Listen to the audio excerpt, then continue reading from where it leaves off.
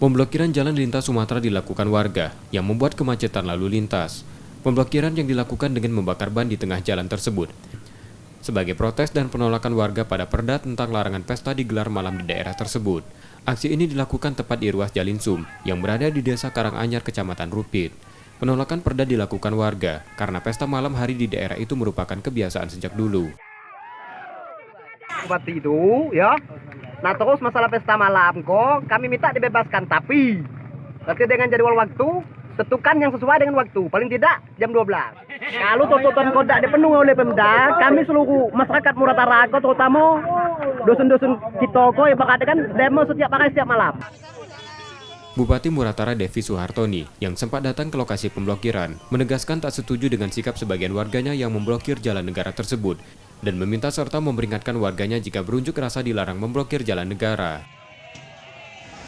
Setiap kali tidak cocok tutup jalan lintas.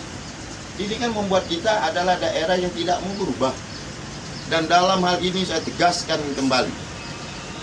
Siapapun yang melakukan penutupan jalan lintas dengan satu alasan masalah perda ini, saya tidak mau menemunya kembali. Saya sudah minta kepada polisi dan TNI ambil tindakan sesuai dengan aturan dan ilmu yang ada. Jadi ngecek lagi awak pergi lagi bercakap lagi temanku.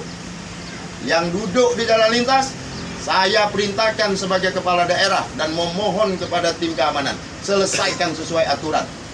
Jadi siapa pun yang nak nutup gara-gara perda kok datang urusan dengan awak. Ini ado di tangan aparat.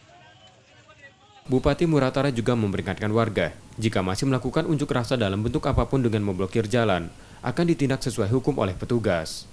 Sukma Aldino, Kompas TV, Musirawas Utara, Sumatera Selatan.